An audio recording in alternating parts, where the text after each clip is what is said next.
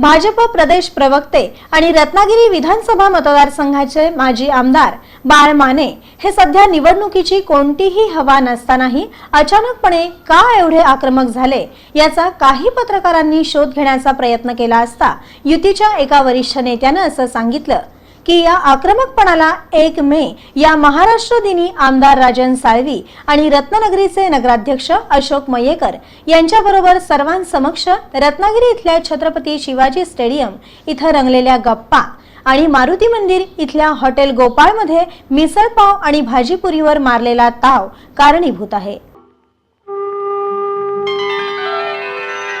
तेरा साथ है तो मुझे क्या कमी है, अंधेरों से भी मिल रही रोशनी है।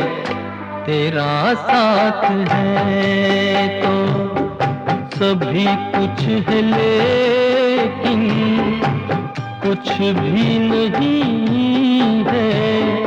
अंधेरों में अब ढल रही रोशनी है।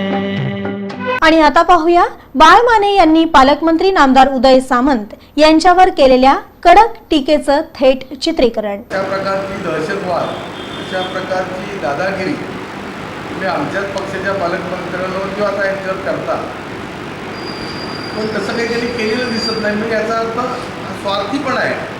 आपण ज्या पक्षात वाढलो, ज्या पक्षामध्ये मोठे झालो, त्या पक्षाच्या नेत्याबद्दल जेव्हा काही गोष्टी होतात तेव्हा भले आपले तात्विक वाद कदाचित असतील, असता कामा नये, परंतु त्यावेळेला आपल्या पक्षाच्या नेत्याचं जे हित पाहत नाही की त्यांच्याचं तरी हित काय पाहणं, सध्या स्थिती आहे। सावंतवाडीला पण गेलो नेतृत्व करायला, मला कळलं की तिथून हात हलवत परत आहे। एक तर त्याचा प्रस्ताव तयार करणं, त्याला निधी लागणं 10 वर्षामध्ये आणणं शक्य होतं।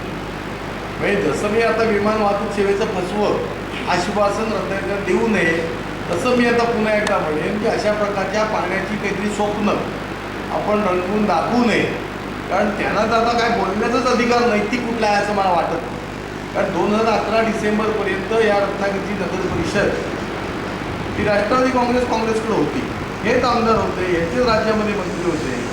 अशा वेळेला काय बावलीला काय मुहूर्त सापडला नव्हता काय, की आता मुहूर्त सापडला। तर त्यामुळे माझी त्यांना परत हात जोडून विनंती आहे की आता कुठलंही काय करणार आम्ही या रत्नागिरीकरता हे सांगण्याचा अधिकार त्यांनी गमावलेला आहे आणि ती नैतिकता त्यांनी ठेवू नये, सांगू नये।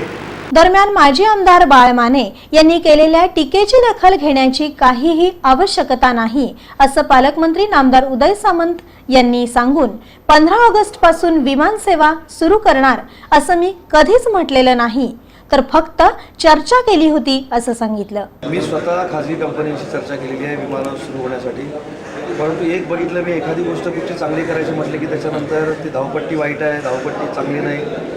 कोस्ट गार्डच्या अधिकाऱ्यांनी सांगितलं की आम्ही परमिशन देत नाही।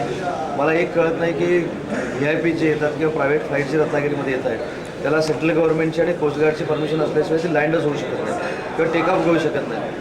त्याच्यामुळं कोस्ट गार्डची लोक जे काही सांगतात की आम्ही परमिशन देत नाही, याला काही पूर्ण अर्थ नाही, कारण कोस्ट गार्डमार्फतच परमिशन मिळाल्यानंतर माझं देखील विमान परवा लँड झालेलं होतं। त्याच्यामुळे ह्या सगळ्या चुकीच्या गोष्टी आहेत। मी असं कुठेही म्हटलेलं नाही की 15 ऑगस्टला विमानाची वाहतूक सुरू होईल।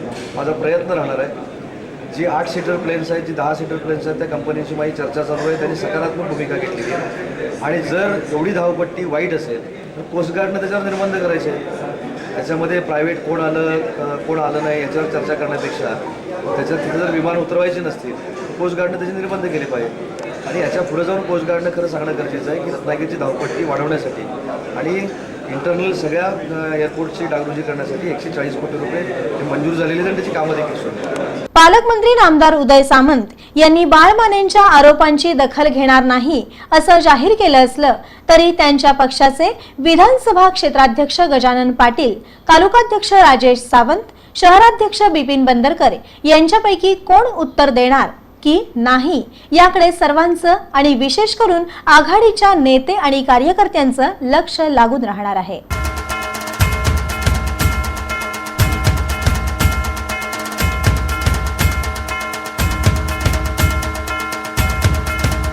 एकीकडे पालकमंत्री नामदार उदय सामंत यांनी रत्नागिरी शहरासह मतदारसंघात करोडो रुपयांची विकास कामं करत असतानाही विरोधक मात्र त्यांच्यावर टीकेची झोड उठवत असल्यामुळे आघाडीत नाराजीचे सूर उमटू लागलेत.